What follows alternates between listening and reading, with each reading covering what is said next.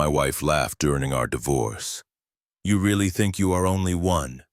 When I said she was my everything, I replied I did.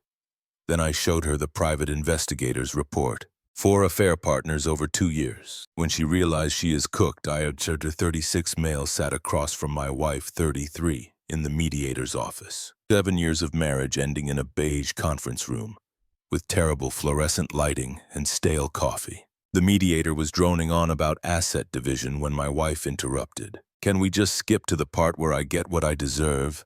This is taking forever. I stayed quiet, let her talk. I mean, we both know this marriage has been dead for years. Let's just split things fairly and move on. The mediator adjusted his glasses. Mister, I think my wife makes a good point, I said calmly. Let's discuss what fair looks like. My wife leaned back in her chair, this smug smile on her face. Finally, some common sense. I've prepared an offer, I said, sliding a folder across the table. Based on what I believe is equitable given the circumstances, she opened it, scanned the first page. Her smile got wider. You're offering me the house and keeping the condo. She laughed, actually laughed. Wow, you really loved me, didn't you? Something in my chest tightened. I did. She looked at me like I was pathetic. You really think you're the only one who felt that way? The mediator shifted uncomfortably. What? I said, come on, you can't be that naive. You think you were the only man who thought I was special, the only one who said I was his everything. She laughed again. God, you're all so predictable. I reached into my briefcase, pulled out a second folder, thicker than the first. You're right, I said quietly. I did think you were my everything. Past tense. Slid the folder across the table. She opened it. Her face went from smug to confused to absolutely white in about 10 seconds. The mediator leaned over. What is this private investigator's report? I said, dated surveillance over the last 8 months, 4 different affair partners over the past 2 years. Dates, times, locations, photographic evidence. My wife's hands started shaking. You had me followed? I had my wife followed.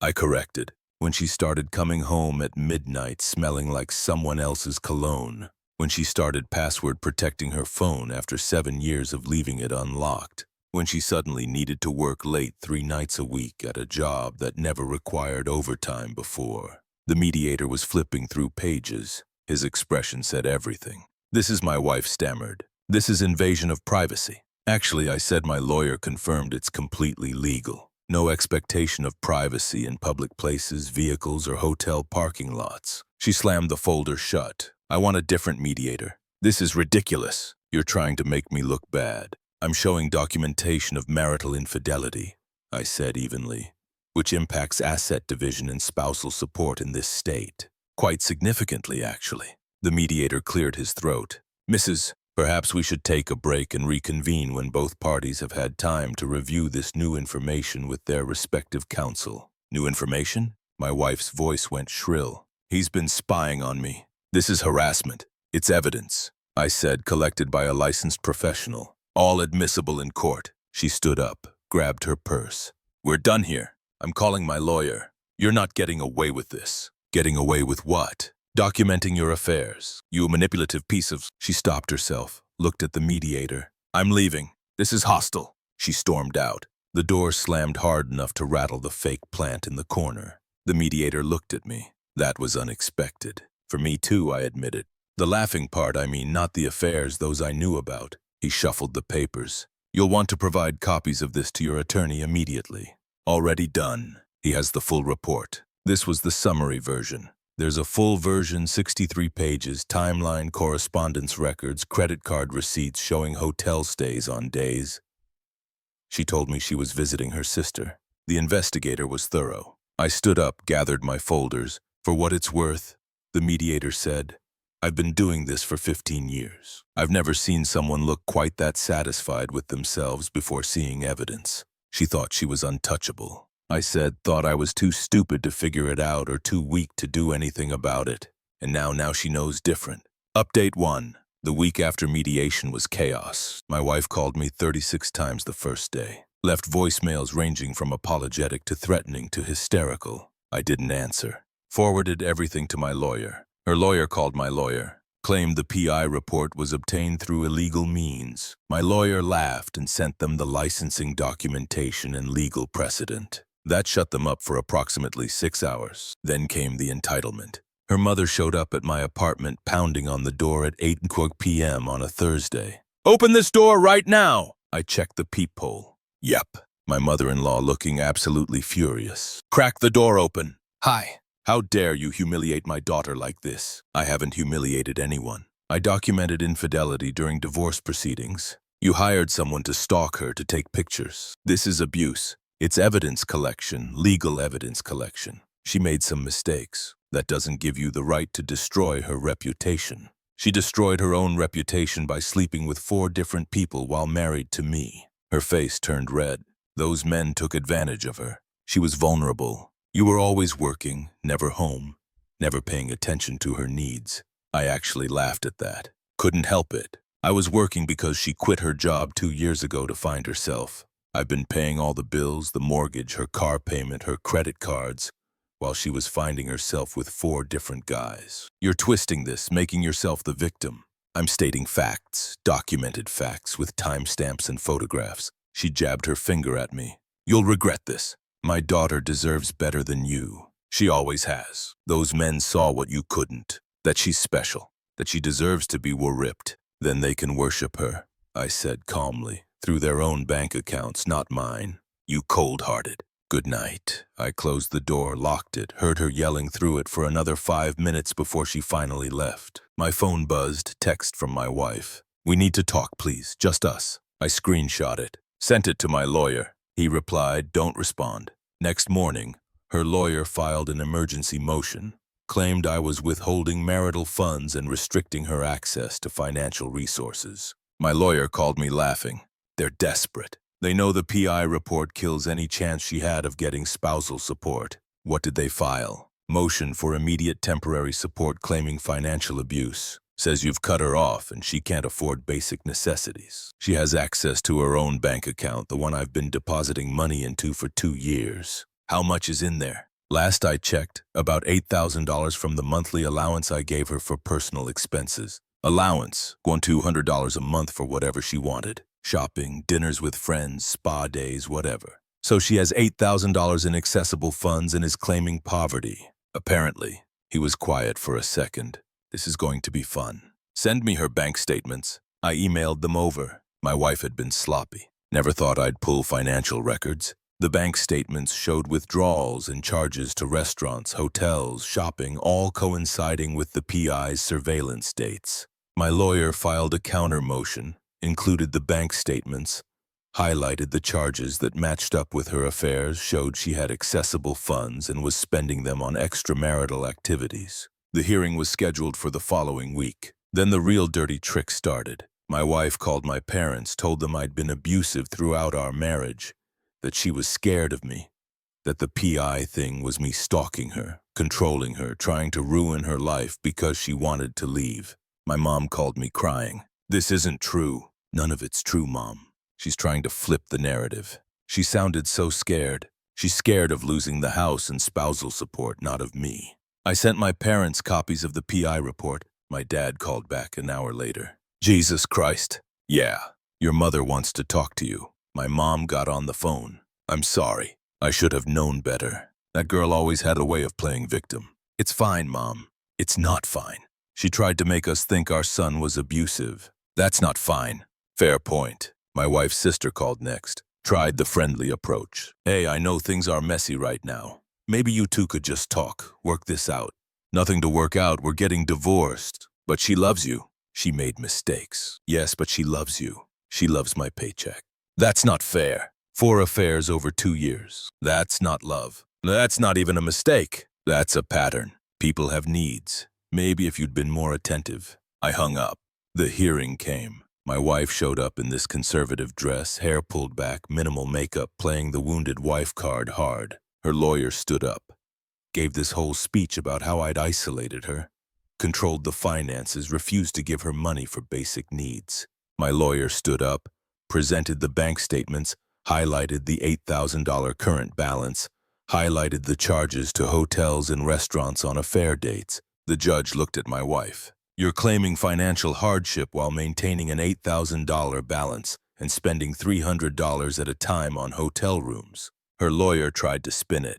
My client's spending patterns are a matter of record, the judge interrupted, and they show no financial hardship whatsoever. Motion denied. My wife's face went red. She whispered something to her lawyer. He shook his head. Outside the courthouse, she cornered me in the parking lot. You're really doing this? You're really going to destroy me over some mistakes? 4 affairs are mistakes. I was lonely. You were always at work. I needed attention. So get a hobby, not 4 boyfriends. You're such a self-righteous prick. You think you're perfect? Never claimed to be, but I stayed faithful. That's kind of the bare minimum in marriage. She stepped closer, lowered her voice. You know what? Fine. Take your precious evidence. Take your moral high ground, but you're going to pay for this. I'll make sure everyone knows what kind of person you really are. Everyone already knows what kind of person you are, I said.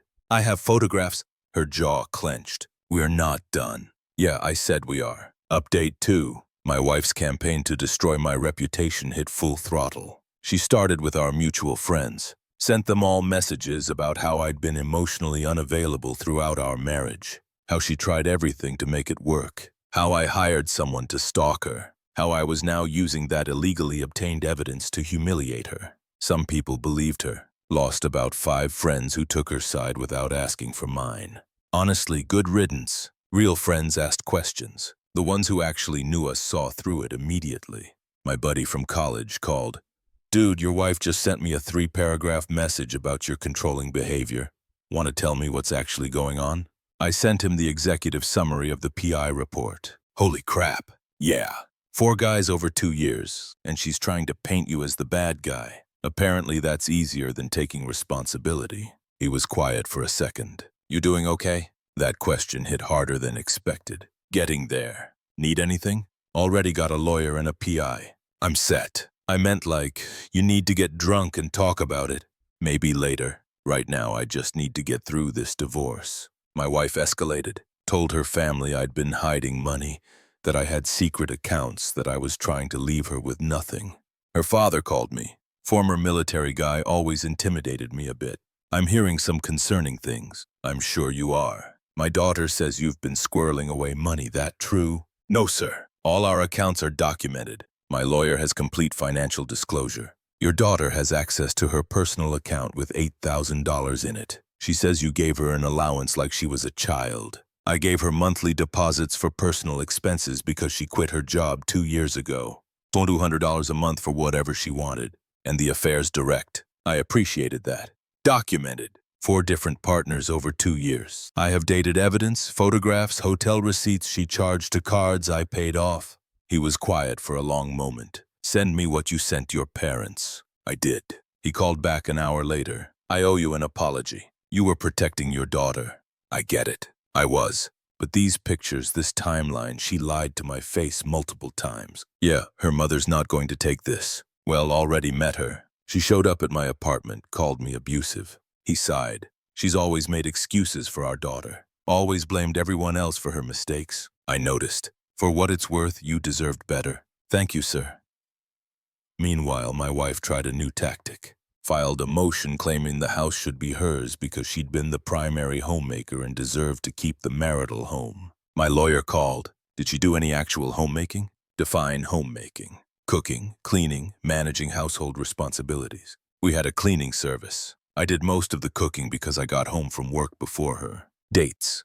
She mostly watched TV and went out with friends. So her contribution to the household was honestly not much. Perfect. Send me the cleaning service receipts and any evidence you did the cooking. I sent him 2 years of cleaning service invoices, photos from my phone of meals I'd cooked, grocery receipts in my name. Her motion got denied. She tried going after my retirement accounts, claimed she deserved half because she'd supported my career. My lawyer countered with the fact that she'd quit her job voluntarily, not to support my career but to find herself, and had spent the last 2 years being unfaithful instead of contributing to the household. Then she went nuclear, filed a restraining order request, claimed I'd been threatening her, harassing her, that she feared for her safety. The hearing was brutal. She sat there with fake tears talking about how I'd followed her, how I'd hired someone to stalk her, how she was terrified of what I might do. My lawyer presented phone records showing I hadn't contacted her except through legal channels.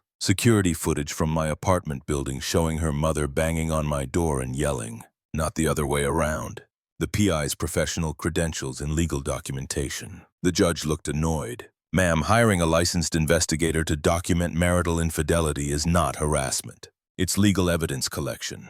Do you have any actual evidence that your husband has threatened or harassed you? Her lawyer fumbled.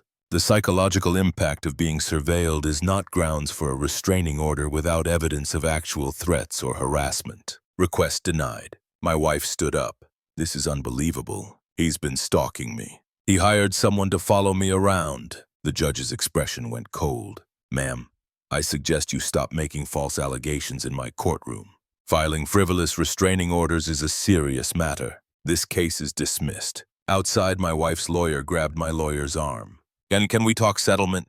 Finally, they offered me keeping the condo, her keeping the house, splitting the retirement accounts 50-50, and her getting 3 years of spousal support at $2,000 a month. My lawyer laughed in his face. Absolutely not. What's your counter? My client keeps his retirement accounts as separate property earned through his employment. The house gets sold and proceeds split based on his 80% financial contribution to the mortgage and maintenance. She gets 0 spousal support due to marital infidelity. She keeps her personal account and personal vehicle. That's it. She'll never agree to that. Then we go to trial where all 4 affairs become public record, where hotel receipts and photographs get entered as evidence, where her unemployed status and financial dependence while conducting multiple affairs gets documented in court transcripts. Her choice. Her lawyer went pale. I'll discuss it with my client. 3 days later, they came back willing to negotiate. The final settlement took 2 weeks of back and forth. She fought for every penny, tried to claim the pets were hers. We had 2 cats. I had adoption papers and vet bills in my name.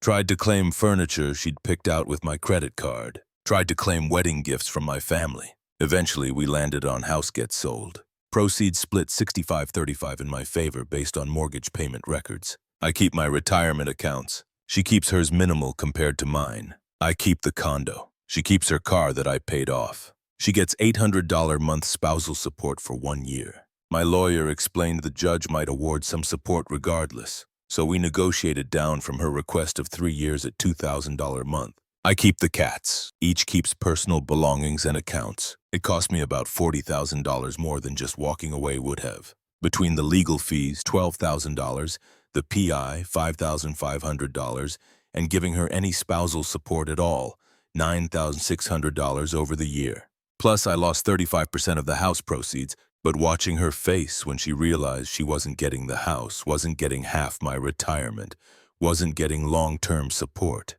Worth every penny. The day we signed the final papers, she tried one last manipulation. You know, this is just because you couldn't handle that. I needed more than you could give, right? Those men understood me in ways you never could. I looked at her, really looked at her. This woman I'd loved for 7 years, who I'd supported, provided for, built a life with. You're absolutely right, I said. She blinked, surprised. What? They understood you. They understood exactly what you are. Someone who uses people, who takes what she wants and justifies it however she needs to. They understood that perfectly. That's not the difference, is they didn't care because they weren't married to you. They didn't have anything to lose. They were just having fun with someone else's wife. Her face went red. But yeah, they understood you better than I did because I actually thought you had integrity. Turns out I was wrong. I signed the last page, slid it across the table. She grabbed it. You're going to regret this. When you're alone and miserable, you'll regret letting me go. I'm already happier than I've been in 2 years. You'll never find anyone like me. God, I hope not. Final update. The divorce finalized 6 weeks ago. The house sold fast. Good market, nice neighborhood. My 65% came out to about $112,000 after closing costs and paying off the remaining mortgage. Her 35% was around $60,000. Heard through mutual friends she burned through most of it in 3 months. New apartment. Expensive. New wardrobe. Unnecessary, and apparently trying to invest in her friend's essential oils business. Yikes. The spousal support runs out in 8 months. She called my lawyer last week asking if I'd consider extending it. He laughed and said no. She's apparently working now, retail job at a department store, making about $32,000 a year. Her mother's been supplementing her rent. The 4 affair partners all ghosts now. Turns out they were interested in the married woman with a stable life, that not the divorced woman who needs actual financial and emotional support. One of them, the one she'd been seeing the longest, tried to contact me on social media. Wanted to apologize and explain. I blocked him. Don't need his explanations. My wife's sister called a few weeks ago. Tried to tell me my ex-wife was really struggling and learning from her mistakes. That's unfortunate, I said. Don't you care at all? Not particularly. She's your wife. Ex-wife. Very ex. You used to love her. I used to trust her too. People change. Situations change. She hung up on me. My life now. Quiet, different, better in ways I didn't expect.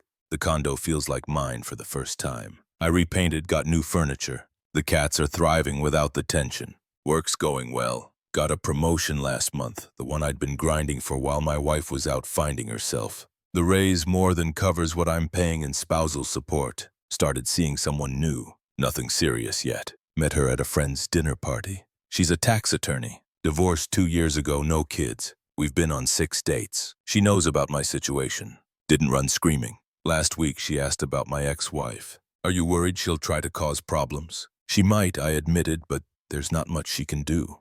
The divorce is final. The settlement is signed. Do you still have feelings for her? I thought about that. Really thought about it. I have feelings about what happened. About being lied to for 2 years. About wasting time on someone who didn't value what we had, but feelings for her specifically? No. That person I married doesn't exist anymore. Maybe she never did. She nodded. That's honest. Only way I know how to be. We've been taking things slow, learning each other, building something on actual honesty instead of assumptions and blind trust. My ex-wife texted me last week from a new number. I know you hate me, but I need you to know I'm sorry. I messed up everything and I see that now. I stared at it for a while. Thought about responding. Thought about closure. Thought about forgiveness. Then I blocked the number and deleted the message. Some things don't need closure. They just need to end. The private investigator sent me a final invoice last month. Additional charges for court appearances and testimony prep we ended up not needing. Attached was a note. Glad I could help. You deserved better than what she was doing. Hope you find it. I paid the invoice, sent back a thank you because he was right. I did deserve better. And now I have the chance to find it. My buddy from college called yesterday. How you holding up? Good. Actually good. Yeah. It's weird. I thought I'd be more messed up about this. 7 years of marriage ending, finding out about the affairs, all of it. But mostly I just feel relieved, like I was carrying around this weight I didn't even realize was there until it was gone. That's healthy, man. Is it? Hell yeah. You found out the truth, dealt with it, and moved on. That's exactly what you're supposed to do. Maybe he's right. The final court documents came in the mail. Official dissolution of marriage. Legal proof it's over. I filed them in a folder, put the folder in a drawer, closed the drawer. That's where they belong.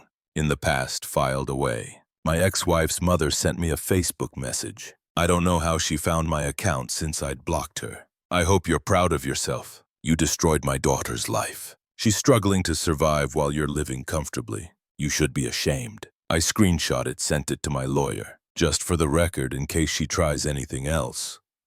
He replied, Good call, but she won't. She knows she lost. This is just noise. He was probably right. The thing about betrayal, the real lasting damage isn't the pain.